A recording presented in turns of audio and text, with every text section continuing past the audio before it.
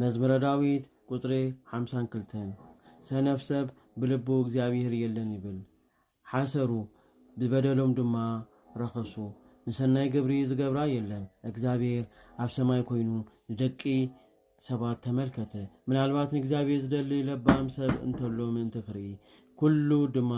ማዕረ ኮነ ተሓባቢሩውን በደለ ሰናይ ግብሪ ዝገብር ሓደ እኳ ኣይተረኸበን ዓመፅ ዝገብራ ኩሎም ከዓ ኣይፈልጡን እዮም እቶም ንህዝበይ ከም ዝብላዕ እኽሊ ዝውሕጥዎም ንእግዚአብሔር ግና ኣይፀውዕዎን ግሩም ዘይኮነ ግሩም ኮይኖም ብኡ ከዓ ፈርፉ እግዚአብሔር ናይ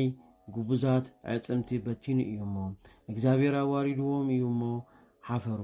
ካብ ጽዮን ድሕነት ንእስራኤል መን እዩ ዝህብ እግዚአብሔር ናይ ህዝቢ ምርኮ ምስ መለሰ ያዕቆብ ደስ ይብሎ እስራኤል ከዓ ይተሓጎስ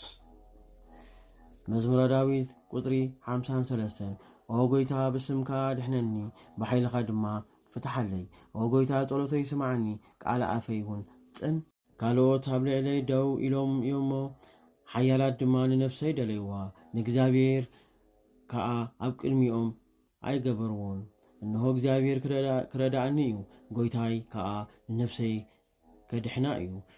ንክፋኣቱ ናብ ጸላእተይ ይመለሳ ብሓቂ ድማ ኣጥፋ እዮም ካብ ፍቓደይ ዝተለዓለ ክስውዓልካ እየ ኦ ጎይታ ሰናይ እሞ ንስምካ እግዛእ ኣለኹ ካብ ኩሉ መከራ ያድሕንካኒ ኢኻሞ